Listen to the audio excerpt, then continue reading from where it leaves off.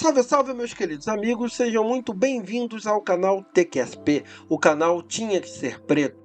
E se você ainda não é inscrito no nosso canal, eu lhe convido a se inscrever no canal, a compartilhar com os amigos, porque a sua ajuda nos inspira a contar cada vez mais histórias pretas. E no episódio de hoje, vamos resgatar mais uma parte invisibilizada da nossa história. Hoje, vamos falar sobre uma figura pouco lembrada, mas que teve papel fundamental nas cidades do Brasil escravocrata. Os tigres, também conhecidos como tigreiros.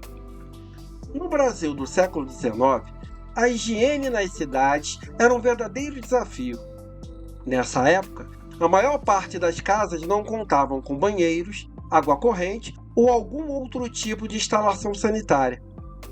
Por isso, os moradores das antigas cidades faziam as suas necessidades em pinicos ou em outros recipientes de metal ou de porcelana.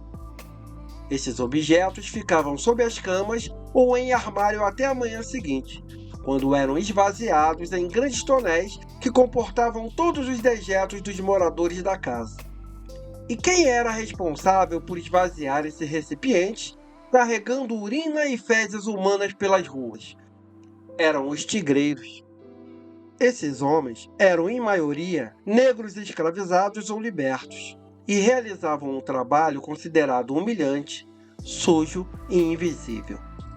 Carregavam pesados tonéis de madeira cheios de dejetos, equilibrando-os nos ombros ou em carroças, muitas vezes por longos trajetos até os chamados matadouros, ou área de despejo fora da cidade.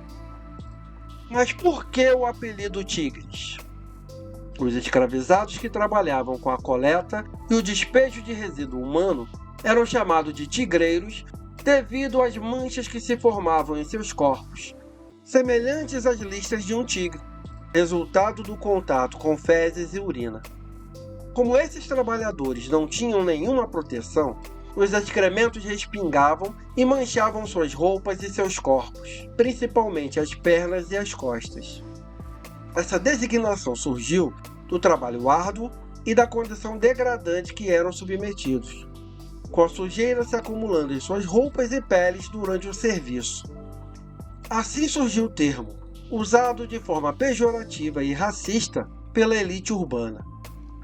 O trabalho de coleta de resíduos realizado por esses escravizados era essencial para a higiene das cidades na época, mas era feito de maneira precária e insalubre, expondo esses trabalhadores a condições de trabalho degradantes e perigosas. Essa prática, embora necessária, era realizada de forma desumana, com a sujeira sendo carregada em recipientes improvisados e despejada em rios e em outros locais inadequados. O mais triste é que, mesmo sendo fundamental para a higiene e o funcionamento das cidades, os tigreiros eram alvo de desprezo, piadas e exclusão social.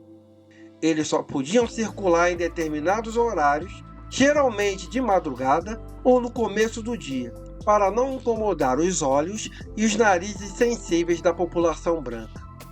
Este trabalho, como tantos outros impostos aos negros no Brasil escravista, revela como o racismo moldou as estruturas sociais do país. A eles eram destinadas as funções mais pesadas, insalubres e degradantes. E mesmo assim, a sua contribuição foi sistematicamente apagada da história oficial. A história dos tigreiros é um exemplo da violência e da falta de respeito com que os escravizados eram tratados. E lembrar dos tigres negros é, portanto, um ato de reconhecimento e reparação histórica. Eles são símbolos da resistência silenciosa de milhares de homens que, mesmo em condições subhumanas, mantiveram as cidades funcionando. E serve como lembrete da importância de se lutar contra o racismo e a desigualdade social.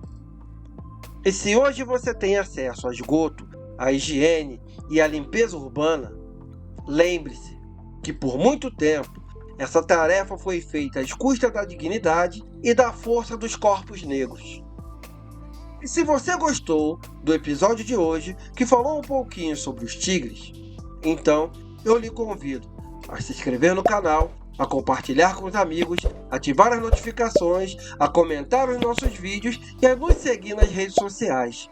Porque somente assim, juntos, somos muito mais fortes. Nos ajude a espalhar histórias que merecem ser lembradas. Um grande beijo, um abraço e até o próximo vídeo. Fiquem na paz.